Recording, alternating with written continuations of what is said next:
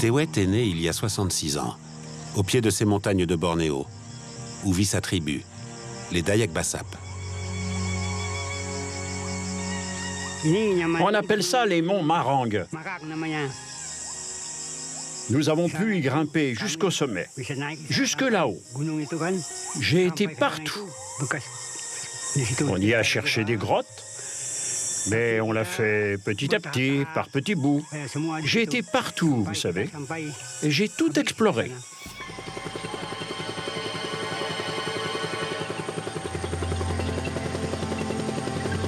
Ces montagnes, que l'on devine percées de milliers de cavernes, sont un pays de rêve pour un spéléologue comme moi.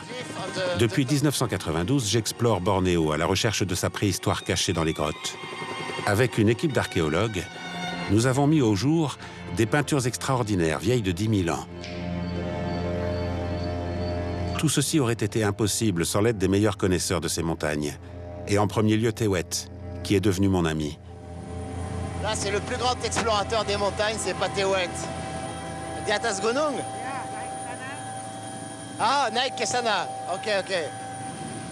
Ça fait jamais que 40 ans qu'il baroule dans ces montagnes, lui, pas Tewet. Quelque part, là, dans une grotte, il y a Tewet, 1966.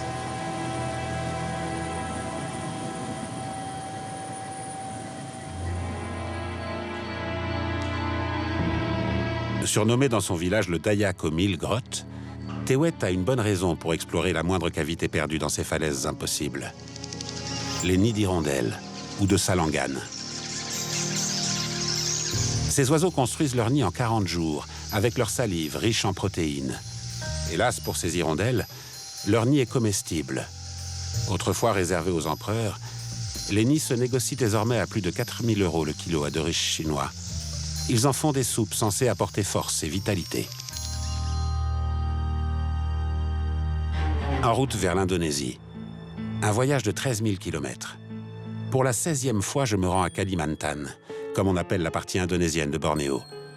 Je vais retrouver Tewet chez lui, près de l'embouchure du fleuve Bengalon.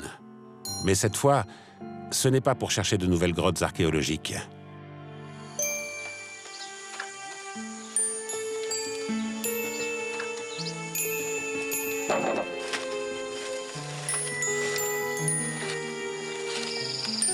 Au fil de nos expéditions, et malgré sa discrétion coutumière, marque des grands hommes en Indonésie, Tewet s'est révélé comme le meilleur chasseur de nids d'hirondelles.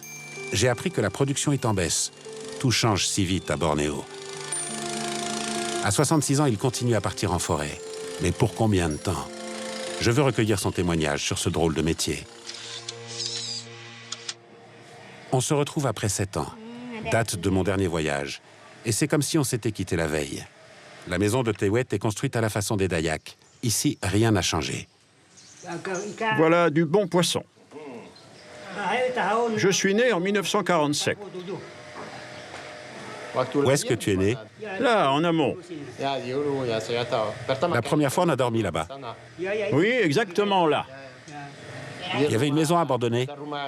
Une maison vide, la première fois. Il y avait plein de moustiques. Le jour de notre première rencontre. C'est la maison dans laquelle je suis né.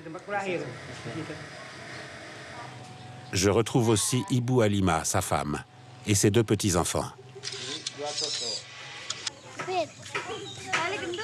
Loin de l'agitation des mégalopoles indonésiennes, ce petit village Dayak semble un havre de paix.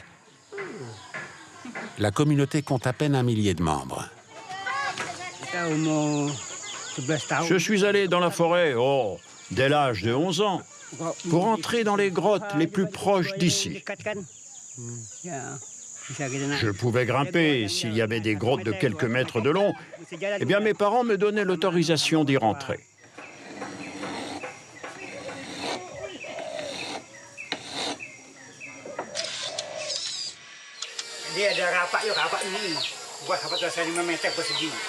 Dès mon arrivée, on me confirme que la production des nids dans les grottes qui assurait la prospérité du village est au plus mal.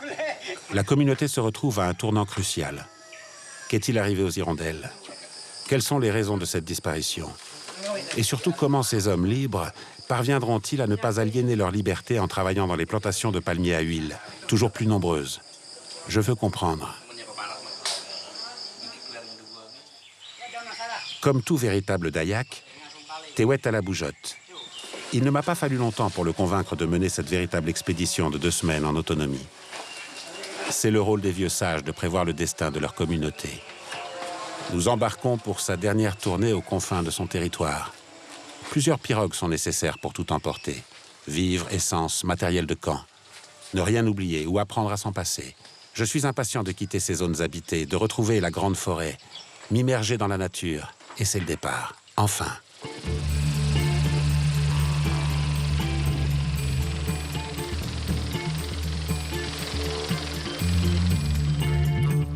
Ce fleuve, Tewet le connaît comme sa poche. Le moindre affluent, chaque obstacle. Si tout se passe bien, l'équipe devrait arriver au cœur de la forêt et des montagnes en 4 jours de pirogue. 80 km à vol d'oiseau, mais 3 fois plus en raison des méandres.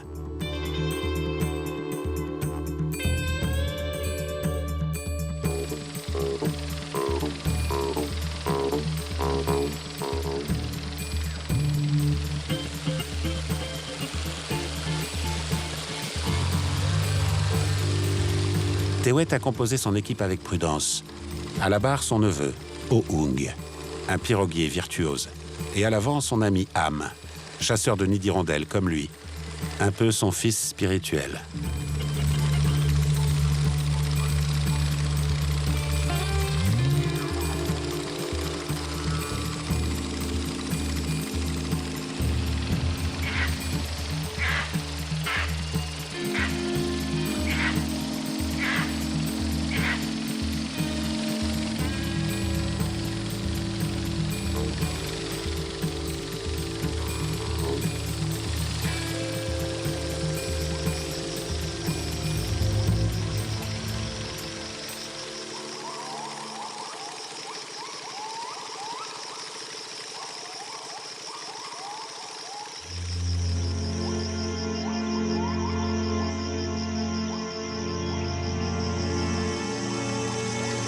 Voici les contreforts des monts Marang. Désormais, les petits rapides et les arbres morts vont se multiplier. Mais Tewet dirige la pirogue en véritable chef d'orchestre.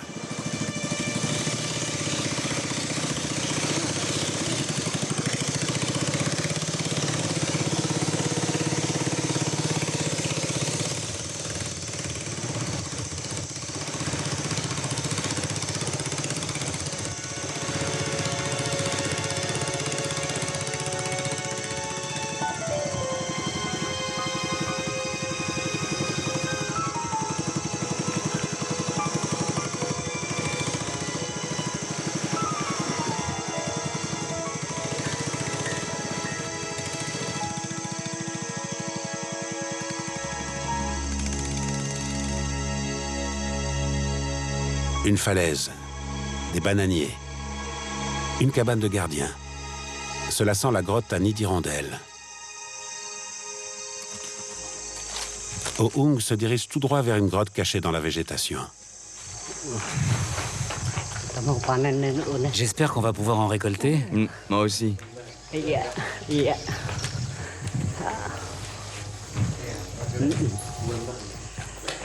y en a. Ah, il y a des nids.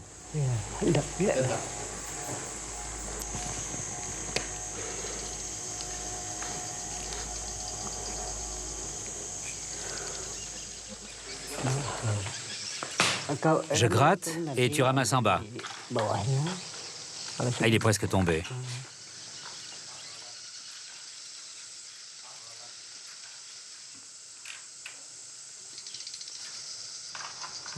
Attrape-le. Il y a 3 variétés de salangane qui produisent des nids comestibles. Ceux-là sont de la moins bonne qualité, car utilisant en partie des végétaux. Ça provient de mousse, des racines et des mousses de rocher. Ça vient de la salive. C'est ce côté qui est collé au rocher.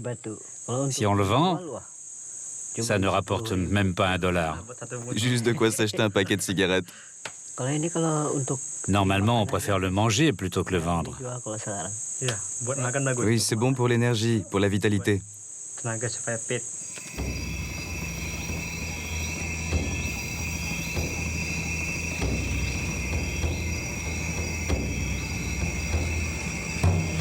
Après une journée de pirogue sous un soleil de braise, il est temps de s'arrêter.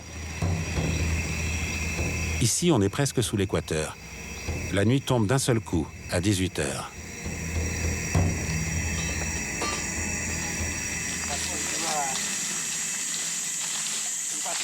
Endroit parfait pour faire le camp. Tewet sait que les meilleurs camps sont à proximité de la rivière, un peu en hauteur, pour éviter une crue subite. C'est la saison sèche, mais on ne sait jamais. L'eau permet de se laver, de faire la cuisine, et surtout d'améliorer l'ordinaire. Ce n'est plus comme autrefois. Avant, c'était trop facile de pêcher. Les écrevisses, c'est fini. Alors qu'autrefois, waouh! Les quantités de poissons ont diminué et je ne sais pas combien on va en attraper.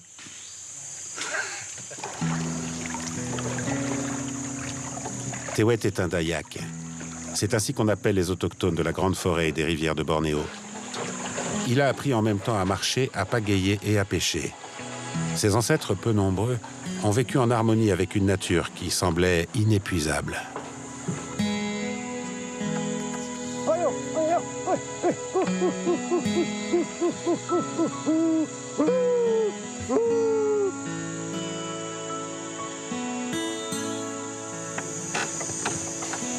Ayo tiga.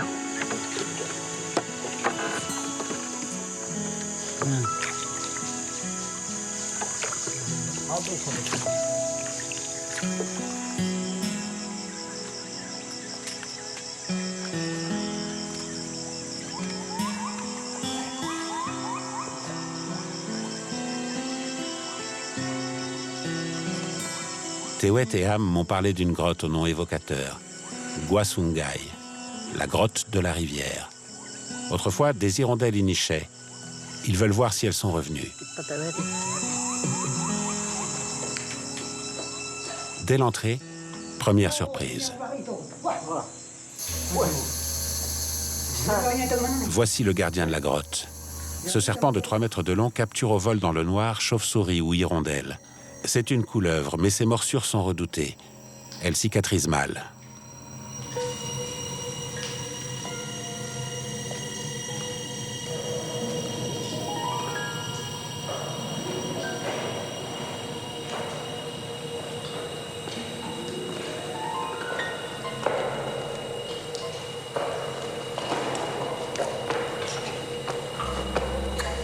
Ce n'est pas la seule surprise de la grotte.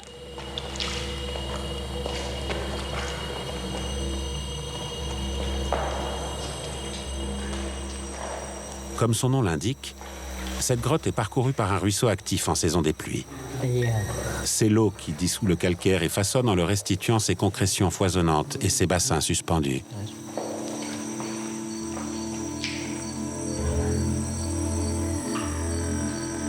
N'est-ce pas un esprit malfaisant qui a été changé en pierre? Il n'est pas étonnant que les autochtones de l'île aient toujours noué des relations complexes faites d'attirance et de répulsion avec le monde souterrain.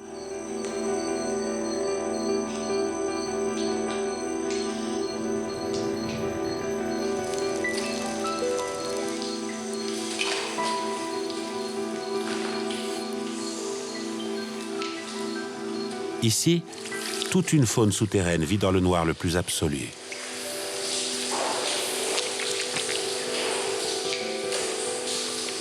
L'intérêt économique a poussé les chasseurs de nids d'hirondelles à surmonter leurs craintes.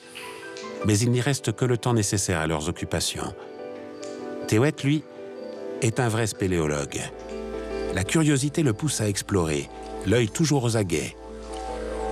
Ici, il ne trouvera ni hirondelles ni peinture. Rien qu'une forte colonie de chauves-souris. Et les deux espèces ne cohabitent pas. Oh là là, il y a plein d'arêtes. Fais-le croustillant. On va se régaler. Pas assez cuit, ça. Demain, on va peut-être devoir marcher. La rivière est trop basse. Ça va être difficile sur l'eau. On partira tôt le matin, à 7 ou 8 heures.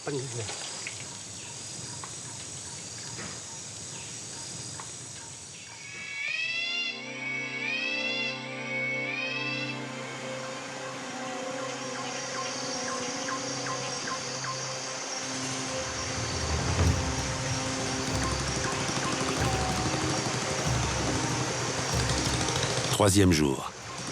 Nous quittons le Bengalon pour un affluent d'eau claire qui porte le même nom que la montagne, Marang. C'est la clé pour pénétrer le territoire de Tewet. Elle draine une forêt aujourd'hui préservée où peu de gens s'aventurent. À partir de là, nous ne pouvons plus compter que sur nous-mêmes.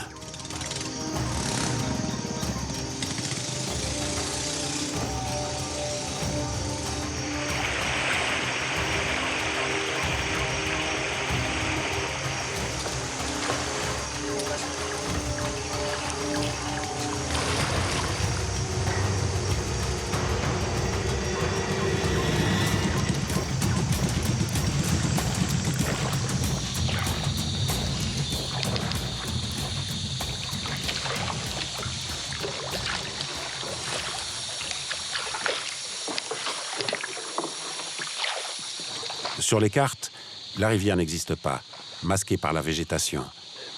Mais Tewet n'a jamais eu besoin de cartes. Les lieux sont inscrits dans sa mémoire, transmis de génération en génération.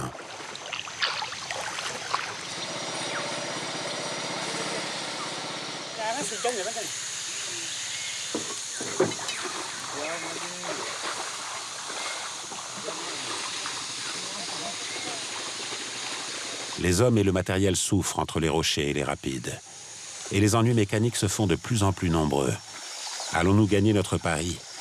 Atteindre la source en pirogue, exploit que Tewet n'a réalisé qu'une seule fois auparavant.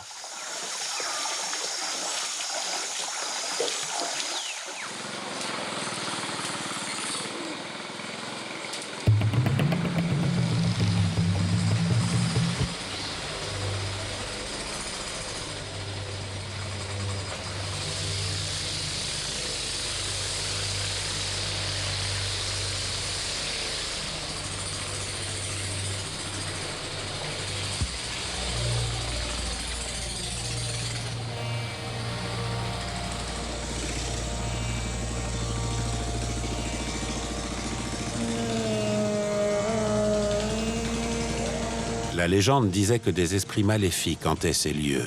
Aujourd'hui, il n'y a rien à craindre. Le vacarme des moteurs chasse les démons.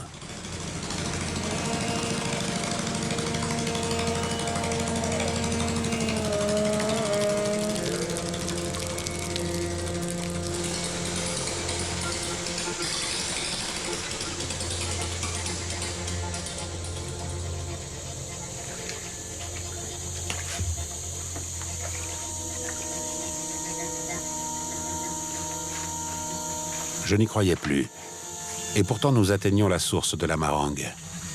La rivière sort d'une grotte. C'est une résurgence, l'endroit où une rivière souterraine sort au grand jour. Allez, on rentre dans la grotte. On traverse jusqu'à Sedepan.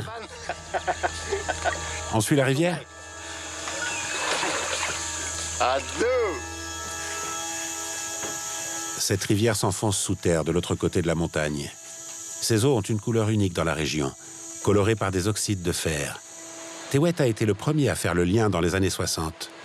À l'époque, il avait baptisé la rivière et la montagne du même nom, Marang, qui signifie doré en Dayak Bassap. À présent, notre progression se fera à pied sur l'itinéraire couvert par les chasseurs de nid, en franchissant un col, jusqu'à la grotte géante de Sedepan, l'endroit même où la rivière pénètre dans la montagne. C'est le prochain objectif de notre expédition.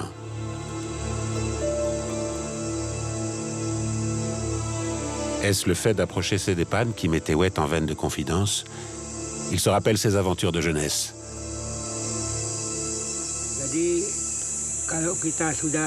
Quand on avait trouvé une grotte, on y passait la nuit. Et le lendemain, on poursuivait plus loin notre recherche. En général, on était 3 ou 5 hommes. On emportait toute la nourriture, on la répartissait équitablement. Cela dépendait de combien de jours on devait survivre. On emportait également de l'eau. Chacun devait porter 5 litres. Quand il n'y en avait plus, on devait redescendre et on recommençait.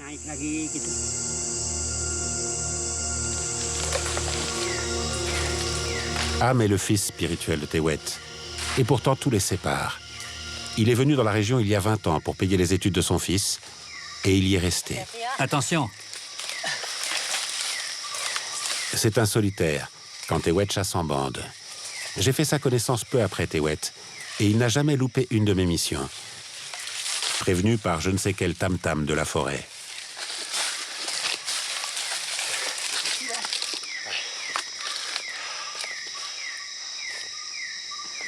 j'utilise des jumelles. On peut voir loin.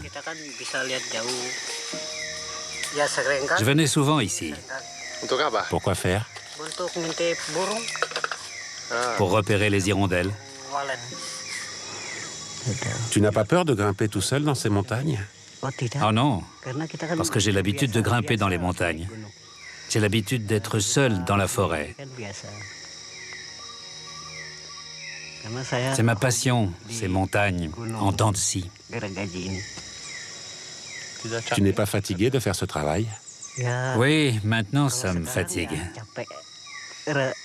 parce que c'est ennuyeux. C'est devenu ennuyeux maintenant, maintenant que les revenus sont en baisse. Pour vivre maintenant, il va falloir trouver autre chose. Jusqu'à aujourd'hui, je n'ai pas trouvé d'alternative.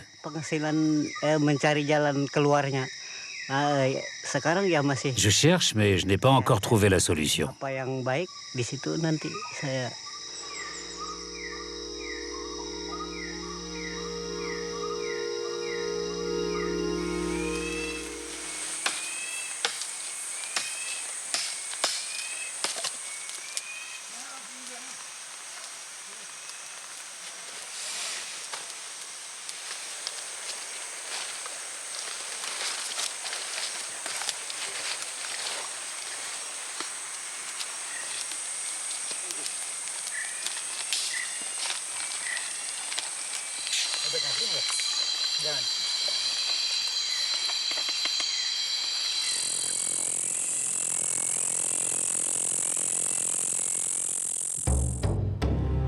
Nous partons avec le strict minimum. Il faut toute la science ancestrale des Dayaks pour retrouver les sentiers avalés par la végétation, s'orienter dans ce paysage de pitons, de crevasses, de vallées qui ne mènent nulle part. Après 2 jours de marche, nous retrouvons les eaux dorées de la Marangue. Il n'y a qu'à les suivre pour arriver à la grotte de Sédépan. Autrefois, les grottes étaient un droit à vie, comme la grotte de Sédépan. C'est moi qui l'ai découverte. Elle rapporte toujours, mais je ne l'ai plus. L'administration l'a saisie. Voici enfin la grotte de Sédépan. Rien de bien accueillant devant cette petite cité fortifiée. Des gardiens armés sont même là pour protéger la grotte des convoitises. Ces dernières années, plusieurs attaques de pillards ont fait au moins 1 mort parmi les assaillants. C'est moi, c'est Ham. Ham, suivi de Tewet.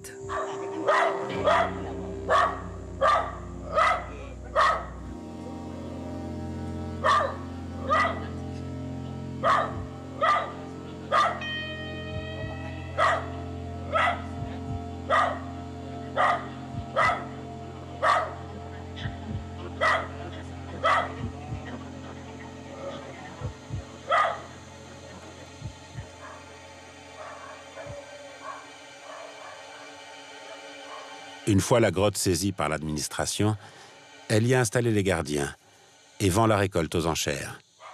Il y avait trop d'argent en jeu pour que les politiciens ne s'en mêlent pas.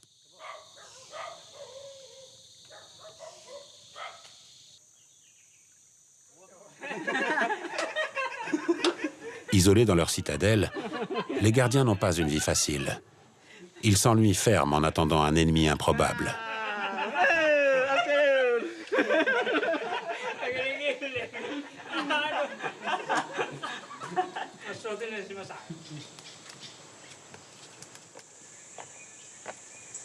Toté est le contremaître de la grotte depuis 7 ans. Il ne voit sa famille et ses 2 enfants que quelques jours tous les 2 mois. Oui, c'est difficile de vivre dans les montagnes. Mais c'est un peu la lutte pour la survie. Pour faire vivre la famille. C'est pour ça qu'on continue de le faire. Ma femme et mes enfants ont besoin de manger. C'est la responsabilité du mari. Le boss explique que comme la production et les prix des nids ont baissé, il a dû diminuer tous les salaires.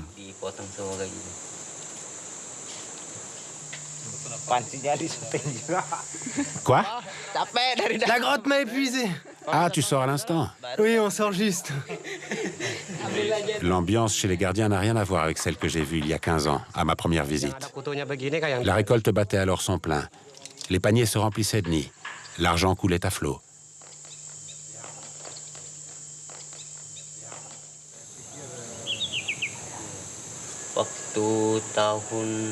En 1994, Sedepan était pleine de nids.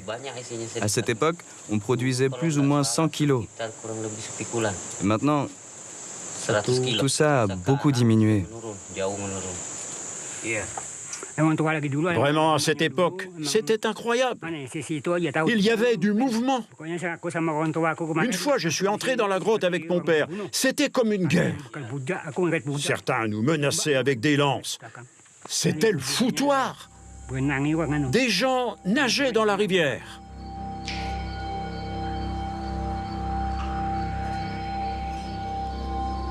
Faisant exception à la règle, Toté accepte de nous montrer l'état des colonies dans la zone interdite de Sedepan.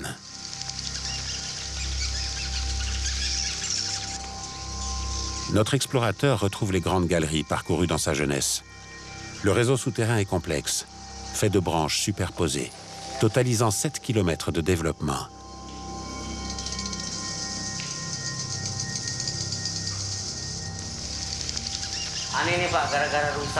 Ce qui a ruiné la grotte de Sedepan, c'est le feu de forêt. La fumée est entrée dans la grotte Elle est rentrée. et a stagné à l'intérieur, qui était alors noir de fumée. Les unes sont mortes, les autres ont déménagé. En conséquence, très vite, les nids ont commencé à décroître en nombre. Décroître, jusqu'à maintenant. À la dernière récolte, nous n'avons pas atteint les 30 kilos.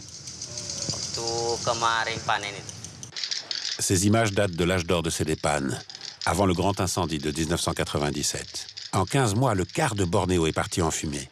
On y voit le pillage systématique des nids, même ceux où les mères couvaient les œufs. Parfois, si on en trouve, on les mange, comme ça.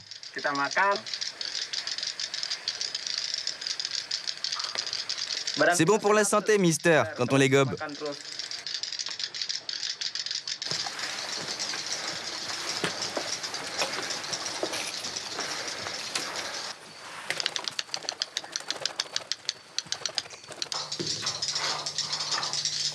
Ce travail avait duré 4 jours, pour une récolte de 110 kilos, l'équivalent de 36 000 €. En quelques minutes, dans cette seule galerie, ils avaient rempli facilement un sac de 2 kilos. Une surexploitation quasi-industrielle dont il était facile de prévoir le résultat. La demande en nid ne cesse de croître. Les prix sont en conséquence. Les sachets de 250 grammes sont vendus 1 000 € pièce dans les aéroports.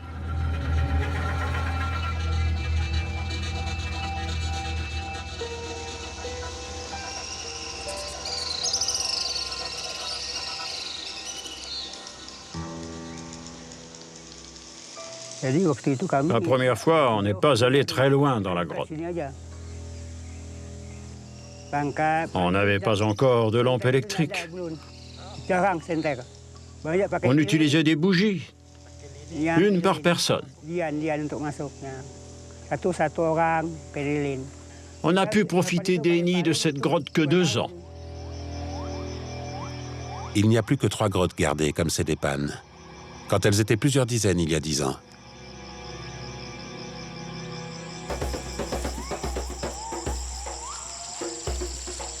Si je comprends bien, pour les gardiens, la chute des nids s'explique uniquement par le grand incendie et non la surexploitation.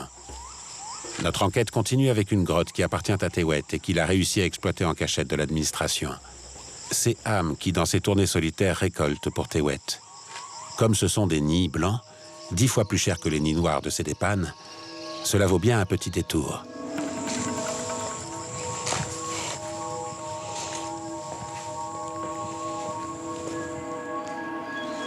Au bout de 800 mètres de progression, voici enfin l'emplacement de la colonie des Salanganes à nids blancs. La dernière récolte a livré une vingtaine de nids.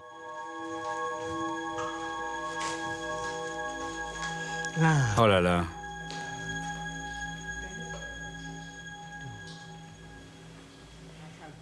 Oh, la colonie est épuisée. Oui, c'était la dernière colonie. Oh, c'est fini. Autrefois, nous avions toujours des nids ici. Maintenant, c'est quasi vide. D'habitude, on ramassait 200 à 300 nids. Le nid ne devrait pas être comme ça. Il devrait être tout blanc, comme là. Il devrait être plus grand, avoir 2 doigts de largeur. Si on récolte avant l'envol, il n'y aura pas de descendance. Il n'y a plus que les oiseaux âgés pour fabriquer des nids. Peut-être que c'est comme nous. Les vieux ne peuvent plus faire d'enfants.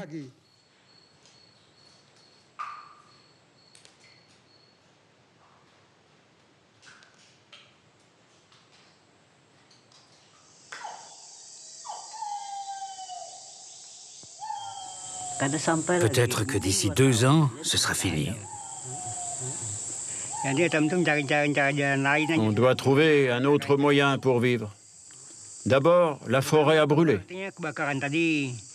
Ensuite, trop de gens ont ramassé les nids, les prenant alors qu'ils ne sont même pas achevés. Nous sommes tous malades de ça. Pour vivre, on devrait peut-être faire des plantations. Ça demande des capitaux.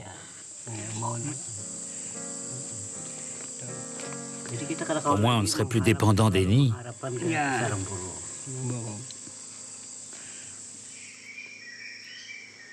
La prise de conscience et le désarroi de mes amis me touchent. N'y a-t-il donc aucune alternative? Aucune solution pour continuer le mode de vie ancestral dans les monts Marang? Sur le chemin du retour, je propose à Tewet de rencontrer au village le chef traditionnel, car j'ai quelques questions à lui poser.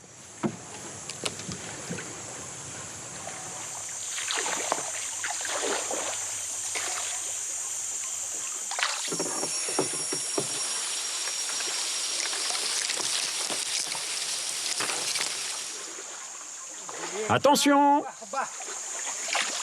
Ne pas tomber! Ne pas embarquer d'eau!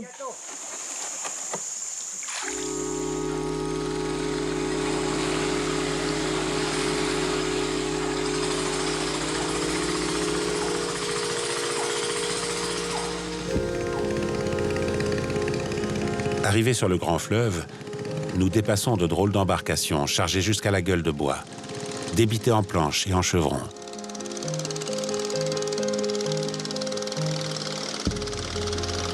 Cela n'a rien à voir avec le trafic dense que j'ai pu voir sur le fleuve il y a 15 ans. Les trains de bois flottés se succédaient à la queue leu-leu jusqu'aux scieries de Bengalon, propriété d'Indonésiens d'origine chinoise.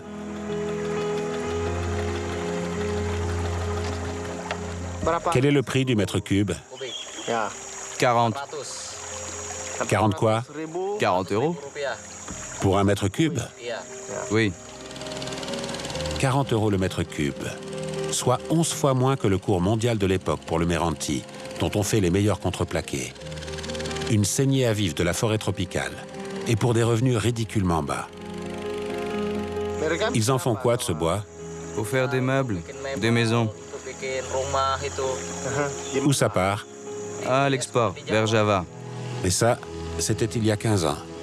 Depuis, la législation forestière a évolué en Indonésie, si l'on en croit les annonces officielles. Mes amis ont compris mes doutes. Oung, notre piroguier, arrête d'autorité la pirogue devant un campement. Il m'explique que cette cabane est la sienne, et il prépare le repas de midi. On va manger des nouilles minutes. À table. Je ne comprends pas bien où je suis. Am et Tewet m'entraînent alors sur un chemin dégagé. Plus de doute, nous sommes dans une exploitation forestière. Tewet a l'air un peu gêné. Il minimise l'exploitation. Ici, ils prennent juste les arbres qu'il faut. Ceux qui sont utiles. Pas les arbres petits comme eux. Mais peut-être qu'un jour, il n'y aura plus d'arbres ici. Comment faire? C'est pas encore fini. Quand c'est pour un usage local, c'est suffisant. Maintenant, il n'y a plus de bateaux qui les transportent à l'étranger. Non, il n'y en a plus. Pourquoi? Parce qu'il n'y a plus de permis d'exportation. Pour l'étranger, ce n'est pas possible. C'est juste pour l'usage des villageois, rien d'autre. La bonne nouvelle, c'est cette interdiction d'exportation du bois. Elle limite de fait les exploitations industrielles trop criantes.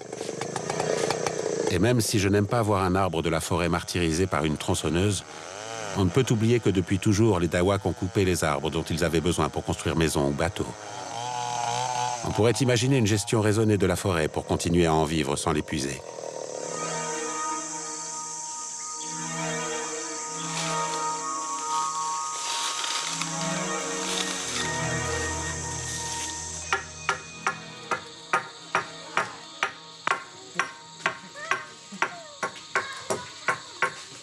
Tu construis ta maison?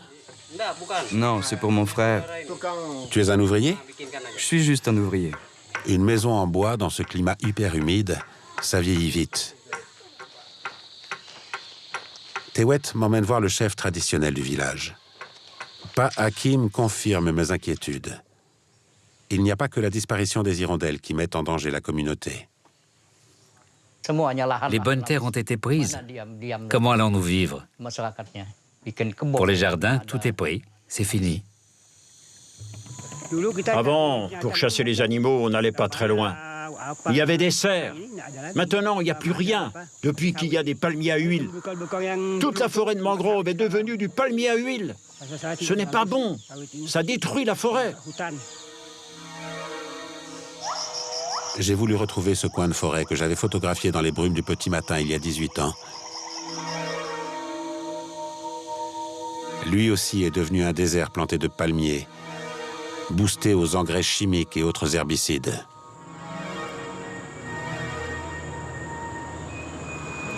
Mais le pire est à venir.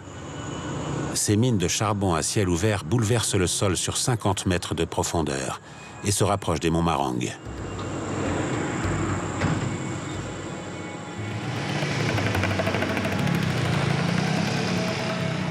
En ville, des bâtiments aveugles.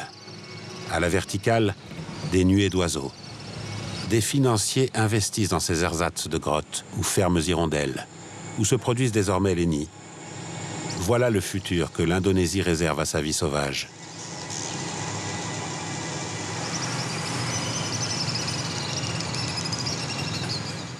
Nous sommes très préoccupés par cela. Ça fait longtemps que le charbon est exploité par la compagnie. Et c'est pareil pour les palmiers à huile. Mais nous devons penser aussi à ce qui reste de notre forêt.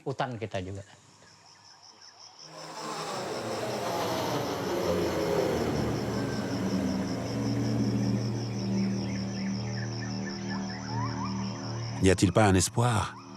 Un avenir meilleur pour la communauté? J'étouffe au village. Nous repartons avec Am et Tewet vers un coin de forêt primaire, blotti au pied des monts Marang. Ne comptez pas sur moi pour vous dire où elle se trouve.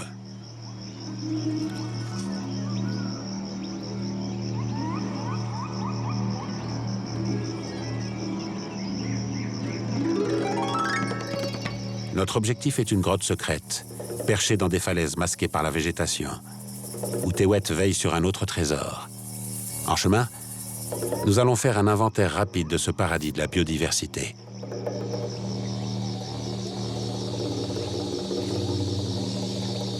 Il y a 12 ans, j'y ai fait une rencontre inoubliable.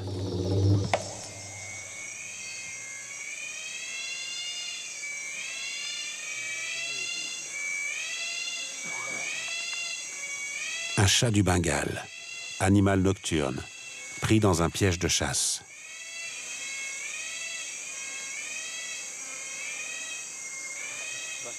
Tu peux couper la corde?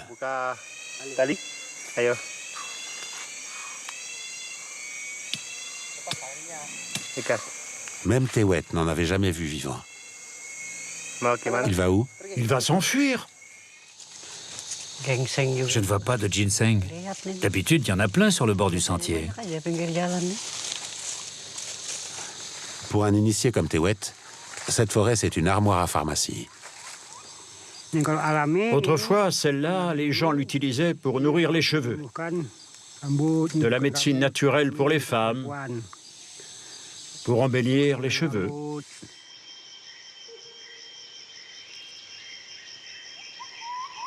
Une raison de plus de protéger cette forêt où se cachent des médicaments inconnus de la médecine moderne.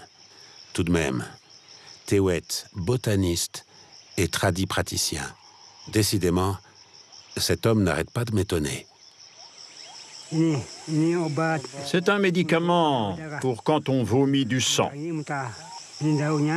Les feuilles ont des nervures, une face est verte, l'autre est rouge. Celle avec des épines, c'est pas un médicament. Oui, ça sert pour faire la sauce. Oui, on peut manger les feuilles. Elle s'appelle Kambat Utan. La bonne sent bon. Elle est parfumée. On appelle cette plante Jurumetaki. On écrase les feuilles et quand c'est une purée, on applique sur la blessure. Du coup, je demande à Tewet s'il a quelque chose pour mon dos. La réponse ne se fait pas attendre. La liane bankite, c'est un médicament contre les lumbagos. Vous devez l'infuser et puis boire. Le soir même, je l'ai essayé, avec succès. Un peu amer quand même. Ah oui, il y a des galets. C'est une pierre à aiguiser.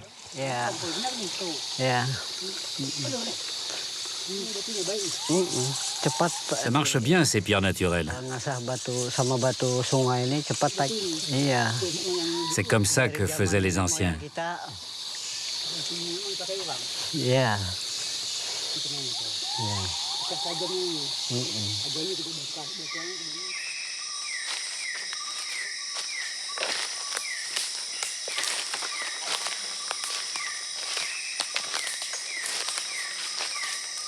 Hier soir, au bivouac, j'ai demandé à Ham s'il savait où trouver des orang-outans.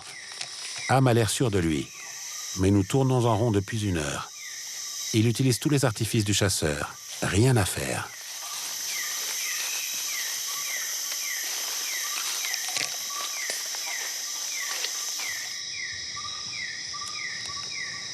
Voici un nid. Abandonné, mais pas depuis longtemps, me chuchote-t-il.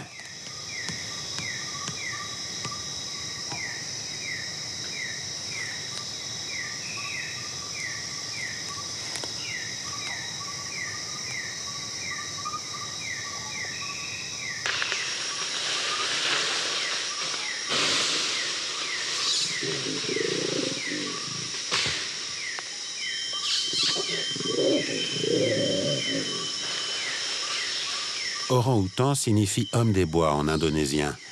Ce grand singe sans queue n'existe qu'à Bornéo et à Sumatra. Son espèce est en danger. Je suis heureux que quelques individus puissent trouver dans cette forêt isolée des monts Marang un havre de paix. Mais tous les autres...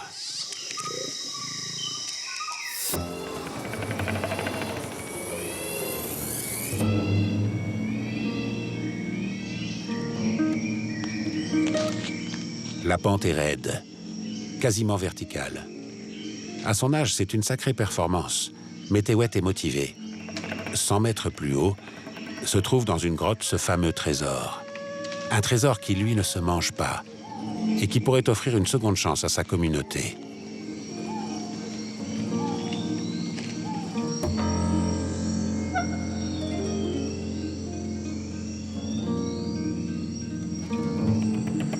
Il est inquiet pour son trésor, qu'il sait fragile.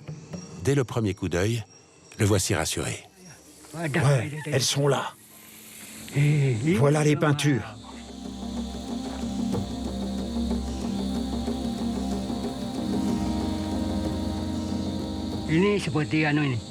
Cela ressemble à des formes animales. Cette main est plus grande que la nôtre. Il y a 5 doigts, comme nous, mais elle est plus grande. Peut-être que cet homme était plus grand, plus costaud que nous. C'est étrange pour nous.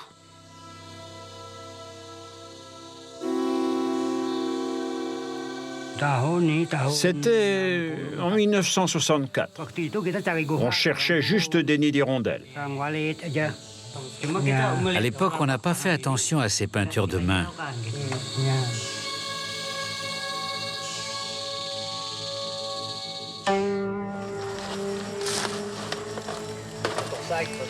Quand nous avons rencontré Tewet il y a 15 ans, avec mon équipe d'archéologues, il nous a guidés vers cette grotte. Ça c'est marrant, il y en a des rouges, il y en a des rouges et marrons là. T'as vu? Et avec une bande aussi. Ah aussi, il y en a encore un petit comme on va se pencher là-bas. On retrouve les lignes aussi, regarde là. Regarde là-bas, regarde ça ici, aussi les tatouages là. C'est la plus belle des 35 grottes ornées que nous avons découvertes et étudiées à Bornéo. Regarde là, c'est génial là. Il y a une sorte de petit lézard là. Un petit lézard aussi. Oh, il y a une cinquantaine, hein, au moins. Il y en a partout, hein, sur tout le monde. Tout le plafond, il est peint. En hommage, je l'avais appelé Guatewet.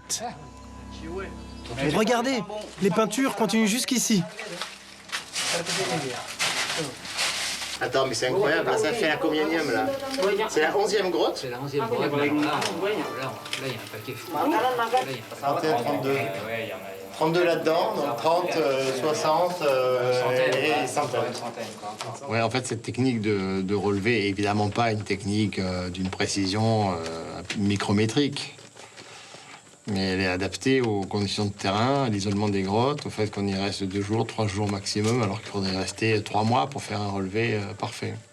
Mais ça me permet d'avoir les dimensions exactes des peintures et de reconstituer après sur ordinateur à partir d'une série impressionnante de photos. Ces peintures, uniques au monde, auraient plus de 10 000 ans et une importance patrimoniale mondiale. Nous avons à l'époque incité Tewet à les protéger, dans l'espoir qu'un jour, des touristes amateurs d'aventure viennent les admirer. Grâce aux découvertes archéologiques, le gouvernement indonésien a déjà classé les monts Marang en réserve naturelle. Un vaste parc national est en cours de création qui va englober la forêt profonde, les grottes et toutes les montagnes calcaires de la région.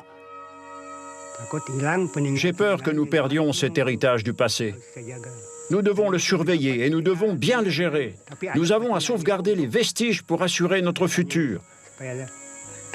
J'espère que cela existera encore pour nos petits-enfants et puisse devenir un bon business et créer une bonne coopération avec les touristes. Je suis prêt à m'investir dans ce projet, vraiment.